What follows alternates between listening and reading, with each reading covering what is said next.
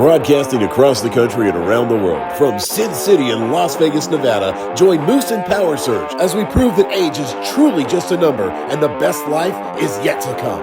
Grab a seat, pour yourself a drink, and dare to live on 50 Shades of Great.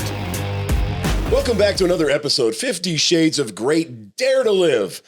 Your host, Moose, with my executive producer and co-host, PowerSerg. Moose in the house. I'm here. We're back. How you Vegas feeling? Content Studio. Executive producer Chris here, taking care of us. Back on the strip, doing the thing in Vegas. And Chris looks like the man in black today. He does. The boy uniform. We'll talk about that in one of the episodes. There you go. There you go. Get us off YouTube in your first statement. But hey, listen, we've been talking about a lot of stuff. We've been really serious, at times somber things we need to talk about. Of course. But you know what? When you go back to life, kind of like we were talking about the drummer, the other thing in life that everybody needs, I think, is comedy.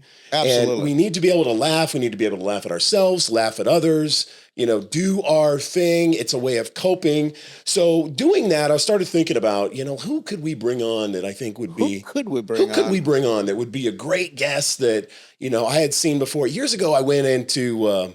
there was a comedy club in Murrieta, California. All right. And it's not there anymore, but...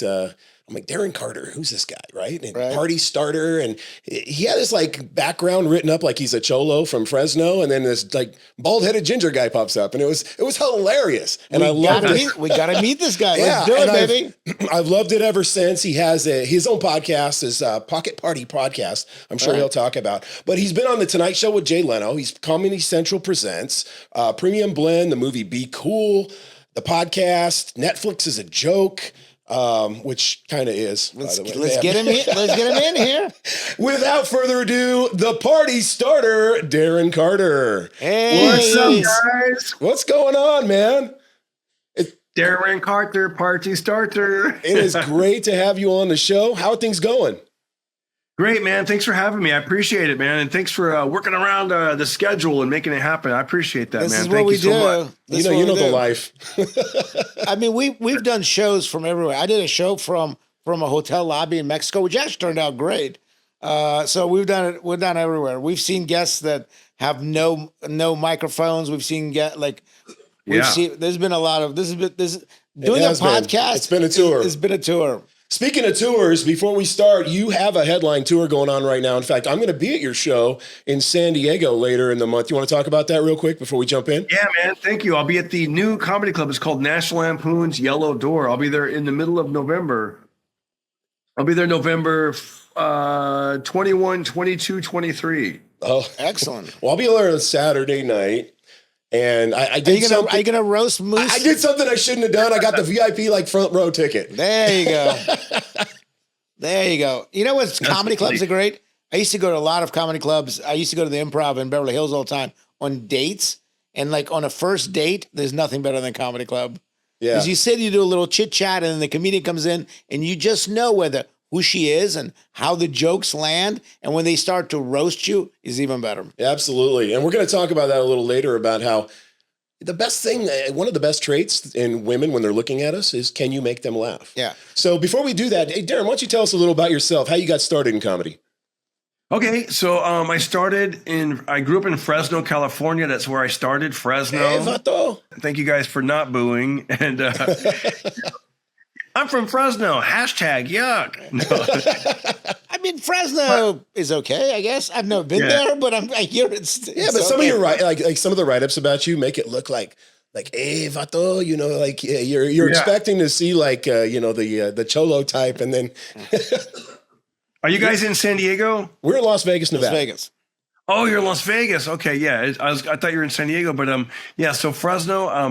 I started out in Fresno, and then I started from there I did my comedy in the Bay Area, and I actually lived in San Diego for a couple of years before I moved to LA. And why comedy? Why comedy professionally? It was one of those things where I didn't know any better, and all the when you're a kid growing up, people were like they kept saying you're so funny, you should be a comedian. And I remember there was in 8th grade there was career day, and they had these different booths set up, and there was different people representing the careers. And I was like, wow, there's no comedians here. Like this is this is a strip. The closest I could find was morning DJ. And so I thought, well, maybe I'll be a radio guy. And I did it for like a year. Nice. And I realized like I didn't want to do that. In fact, we're doing it now, kind of. This is kind of what radio is. But this is better than radio. Yeah. Well, I I mean, come from Moose- radio, and I also come from San Diego. I grew up in San Diego, and Yeah, Moose is a former radio morning drive jock. yeah. It's we're not as funny though. It's funny. You get behind the mic and you have the comfort of. We've talked about the mental health side of things, and a lot of us in industry have the imposter syndrome, right? And so it's much easier for me to talk to thousands of people behind the microphone where I don't actually see their face. Where when you get out on stage, I do public speak now, but. And one of the things I want to talk about there, but before we get there, give us, who are your inspirational comedians? Like, who are your bucket lists that you would love to perform with? Damn, that's a funny question because I don't even really know anymore. Like that was more of a thing when I started where you're like looking up to like Robin Williams or Eddie Murphy. And then kind of when you start doing it, you just want to get better yourself, And in fact, I mean, I love watching Dave Chappelle and big people like that. But I mean, there's times where they're there, they'll come into the club and I got to go do another set somewhere, and I don't know. You become less of a fan, I guess, and more of just like. Well, that's what they say. Yeah. They say that if you want to learn, if you love magic, do not become a magician. Right, dude. Right. When it becomes work, it's different, Are you right? a philosopher now? I am a philosopher, but no, I did a little bit of stand up as well. Like, so I have a screenwriting background, so I came out of law enforcement and then went into screenwriting and consulting, and I consulted on some TV shows, but I did some screenwriting. But I always thought of myself as a very serious, dramatic writer, and because like former cop, like I was going to be Joseph Wamba, right? I was going to really, really write and I wound up consulting initially on a police procedural show. But when I started writing myself, it really didn't click that much, where looking back on it, my most successful moments were all off of a joke scripts I wrote kind of as a gag. Right. Yeah, And you're so, kind of like a Joe Friday in the end. a little bit, but I did a little bit of stand up while going through that because I was pitching sitcoms, and you got to have a little bit of street cred. So comedy's great. And you know what I love about comedy, which we don't really get here, right? It's a very pure form of entertainment because right there whether the joke lands or it doesn't land. You know that in that moment, right? Exactly. If you're tanking, there's no way off, right? You got another 10 minutes left, and there's nothing you can do about it. And this is where men become men, and you know exactly who you are. Well, and that brings up something that we wanted to ask you about today, Darren. Thanks for setting that up, Sergio. It's such a in the moment sink or swim. And you started doing comedy, open mics in the 90s in LA, and now we're in 2024. And the things have changed, the cancellation, the social media. How have you had to transition in, I guess, reading the room that you different from before? Oh, great question. Well, I guess, I always, here's something I did. Okay, so I did more like ethnic comedy, like in the early 2000s. I remember that. I loved it. How is that working out for you now? Yeah, exactly. It's like, I can still do it, but it's like, I found when I talk more personal, like it's funny because my personal life, like, my wife, my son, all that kind of stuff. And then it gets great laughs and it's really fun. And it's also like people can't get mad at you, you know what I mean? Because it's like you're talking about your life, Back in the day when I say ethnic comedy, I was, they would hire me on, I did BET a lot, like Comic View on BET, did it like 6 or 7 years. I did a lot of Latino shows like K Locos. I was even on a DVD called Latin Palooza.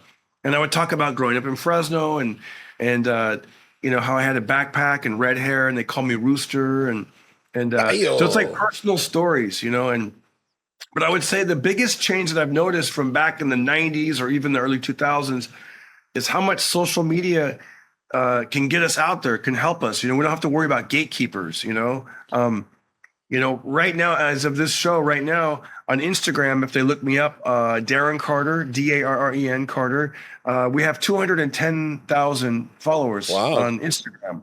And it's something that it's great because you see like the real public. They're like, when are you going to come to Miami? When are you going to come to Texas? When are you going to they can interact with you as, before you had to audition and maybe get a call back, and then maybe you're in one scene of a movie, and then it didn't really build up to a lot of big stuff, I would say. And the best is the word of mouth. Word of mouth in vouching for, especially in comedy. I mean, look at Matt Rife, right?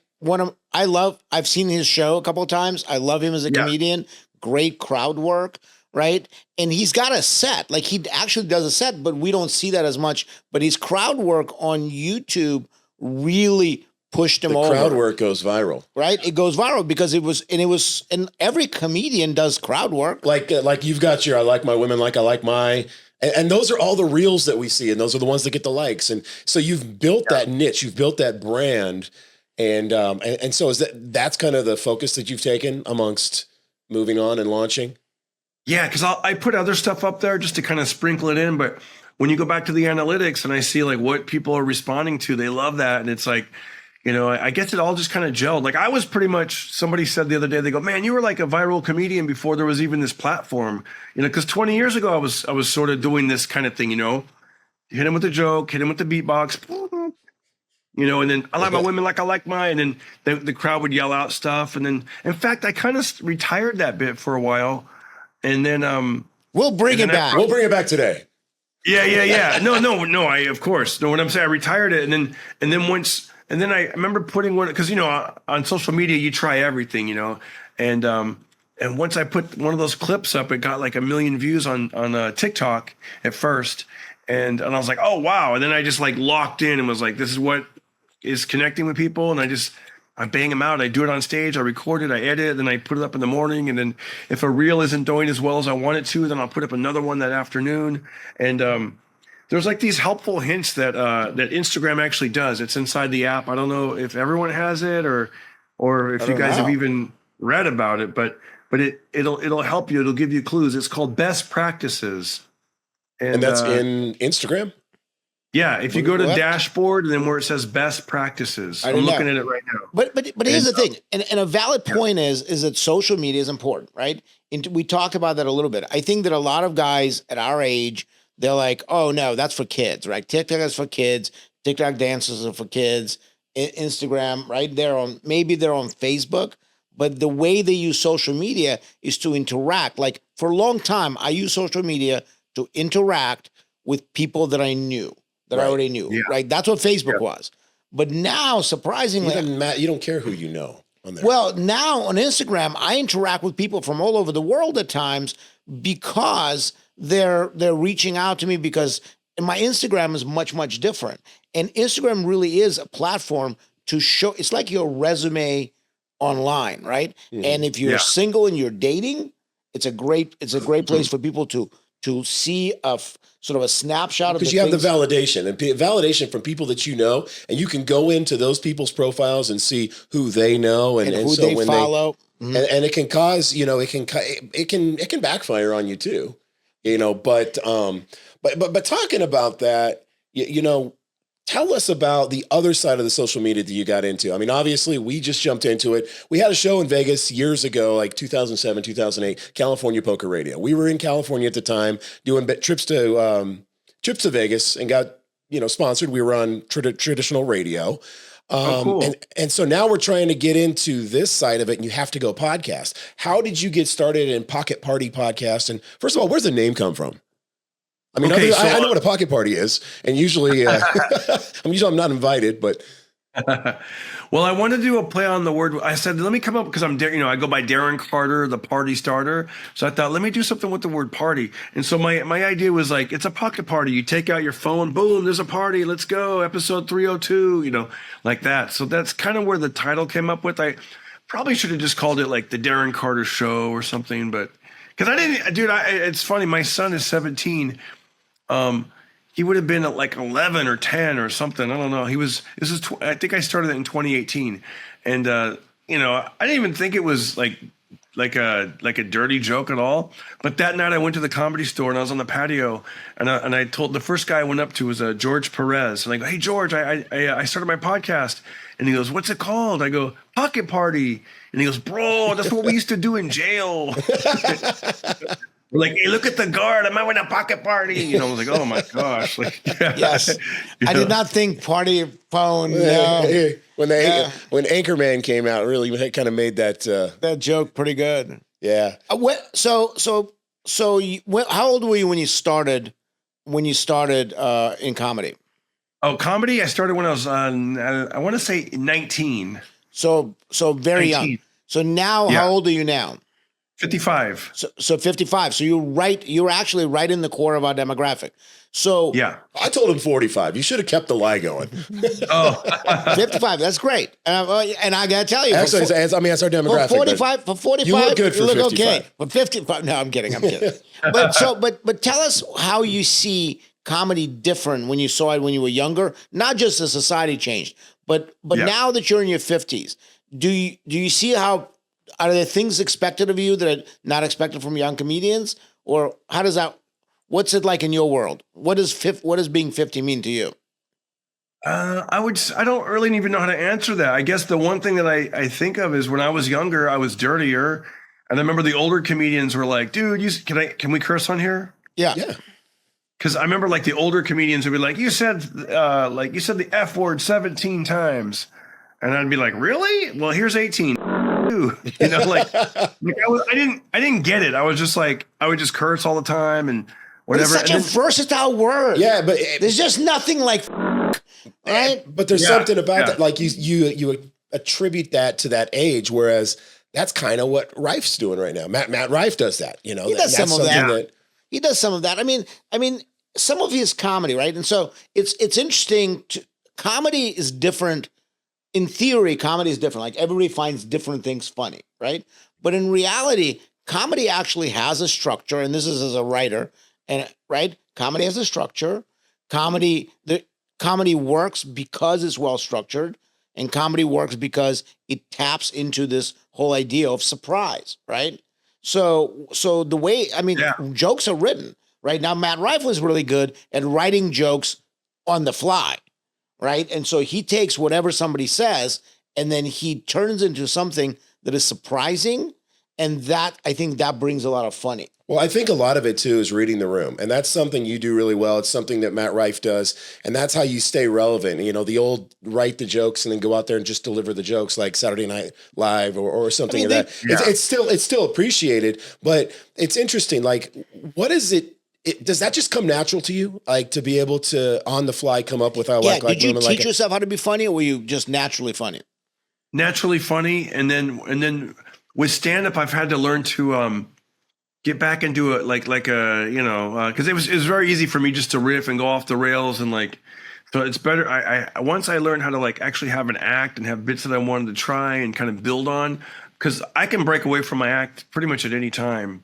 You know, and I love doing it. It's like, because it makes it authentic and real. Like when I come back from, I was at Jimmy Kimmel Comedy Club recently in Vegas, and you know, when I come back, I can look at the tapes and be like, oh, the early show was different than the late show, and then the early show Saturday was different, and then I did this one thing about Garth Brooks or whatever I'm feeling. You know, I don't like when I'm doing, for me personally, when it's like the exact same bits every show. But not that that's wrong, because you know, guys like Jerry Seinfeld, that's true. They can do specials because they know exactly what they're going to say. Every word is intended. Everything's scripted, and it's tested. Yeah. So a few years ago, I used to go. So Wednesday night at the Improv in Beverly Hills, it's like a proving ground. A lot of comedians come in to work on their material. It's not a very popular show. It's Wednesday, right? And you get a lot of very cool comedians working on the sets. And so one day we're sitting there, and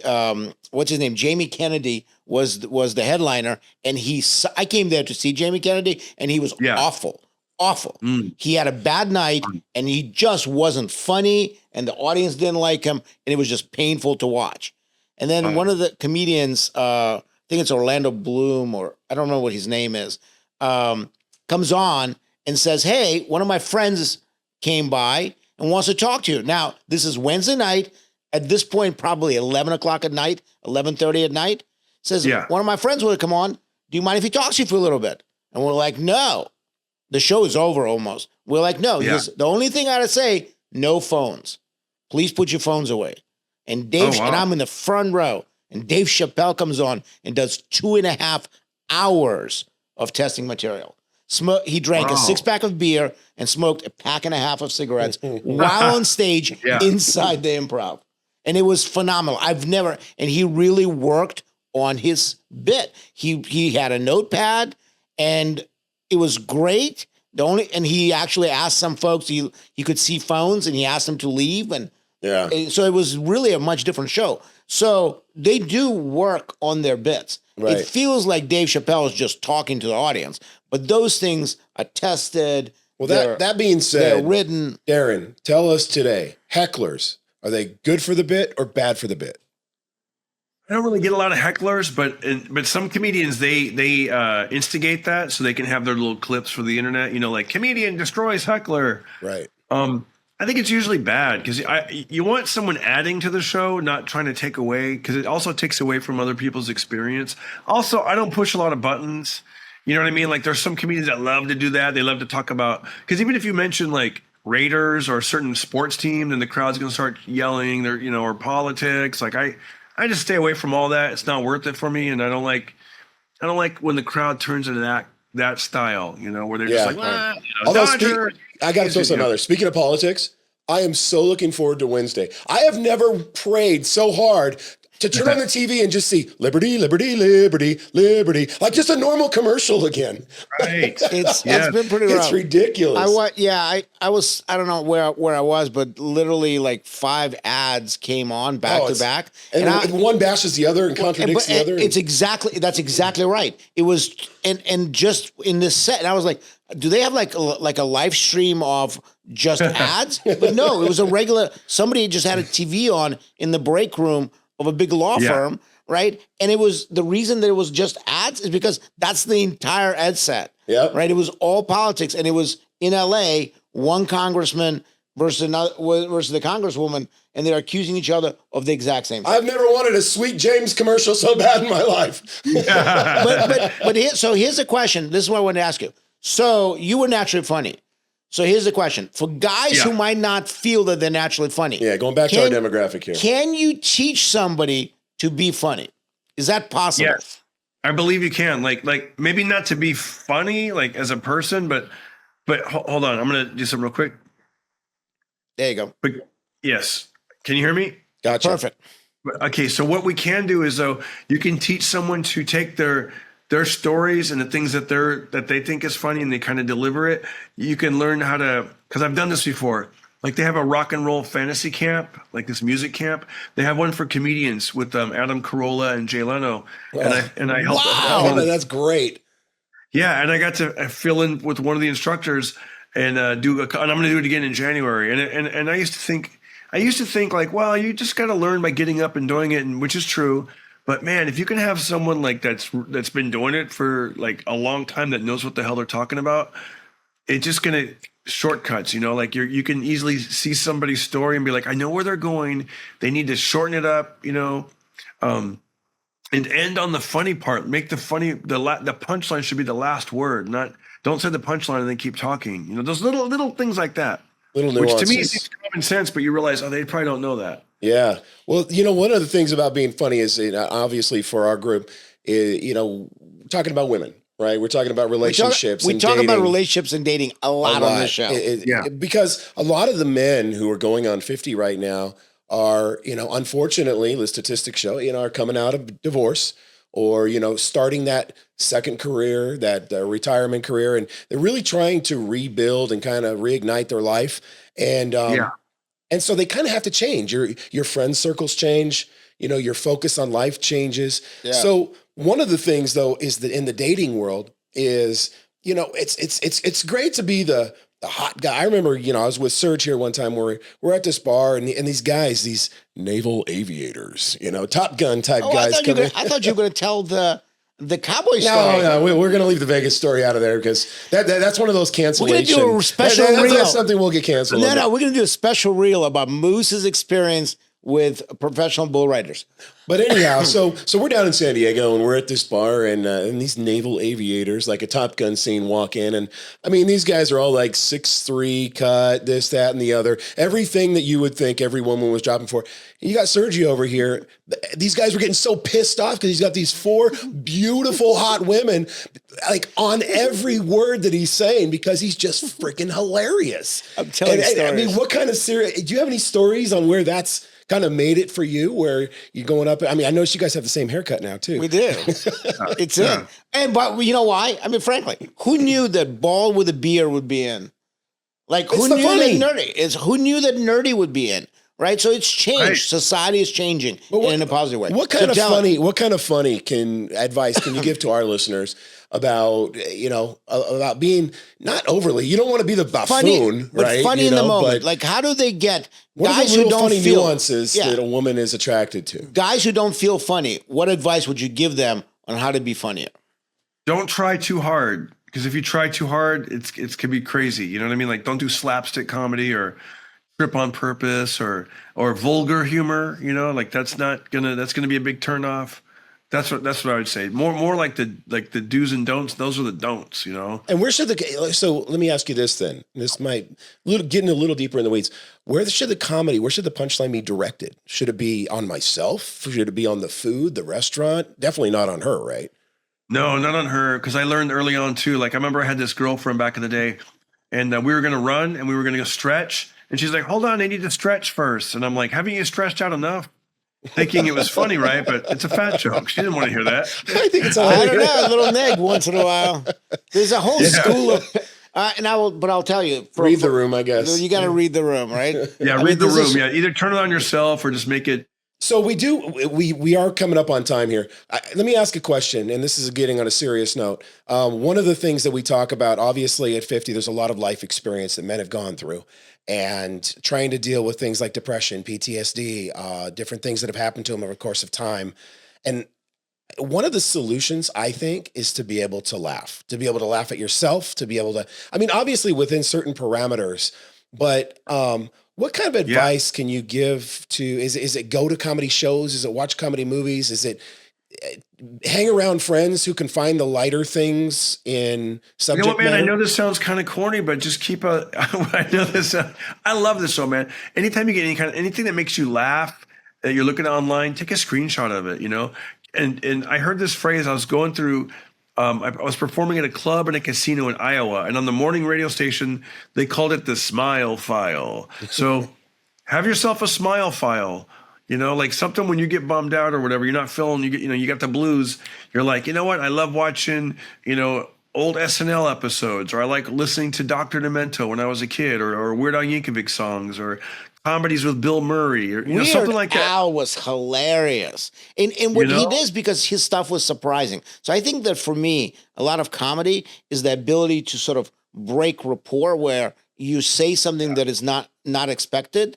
And that works in dating, that works in business, that works everywhere. When you break rapport, you sort of slow somebody down, especially like if you're doing sales, right? Breaking rapport in sales is critical because they're expecting X. And if you give them something different, it slows them down. And that's where comedy a lot of times comes in, right? Absolutely. And it makes them laugh. But the funniest thing I heard, right? So I like my women. Should we do the I like my women? I like my women. Are you ready? Are you ready? For yeah, let's do it. I love my women like I like my coffee. Coffee, Italian and sweet. Psych, black. Room for my Irish cream. On the counter with the top off. What? I love my women like I like my skateboard. Skateboard, fun to ride in an empty swimming pool. What? Outlawed in certain neighborhoods. I love my women like I like my camera. Quick to flash. What? Anyways, I could do this all night. But yeah, that's the kind of Darren, thing. I Thank appreciate you. it. Looking forward to seeing you down in San Diego. Good stuff. I'm going to be taking my girlfriend. It'll be her first time seeing you, so feel free to Roast to him. Roast Moose. roast It'll be moose. the Roast Nice. Moose show. Well, thanks for having me, man. And I'll looking forward to meeting you at the Yellow Door in San Diego. Absolutely, Darren Carter. Give us your IG one more time. Oh yeah, it's official Darren Carter. Official Darren And, Carter. and where can we find your podcast? Yeah, it's called Pocket Party Podcast. It's Apple, everywhere, Spotify, YouTube, all the servers. Because there's no party like a pocket party. yeah, yeah, exactly. yeah. We'll Pocket put up- Party Podcast. It's on YouTube. It's on Apple. It's on Spotify. And we'll have links. We'll have links to this show. Yeah, from and this then, show as well. and then when the show you. premieres, we'll see graphics with all of that stuff. Excellent. Well, thank you, Darren. Appreciate it. The call to action, everybody, is relax, laugh, and don't take life so seriously. Try to find the lighter side of it. That's how you can deal with just being able to Hey, enhance your laugh at calm. yourself. If you can't laugh at yourself, you're That's where just you start. taking life too seriously. Laugh at yourself, right? And actually read the room, know your parameters, but find your funny. Find your funny. So that's going to be the call to action. Find your funny. We're going to go have the best day of our life. You go have yours. Have a great day. The show doesn't stop there. Join the movement on IG, 50 Shades of _great, or go to our website, 50shadesofgreat.com.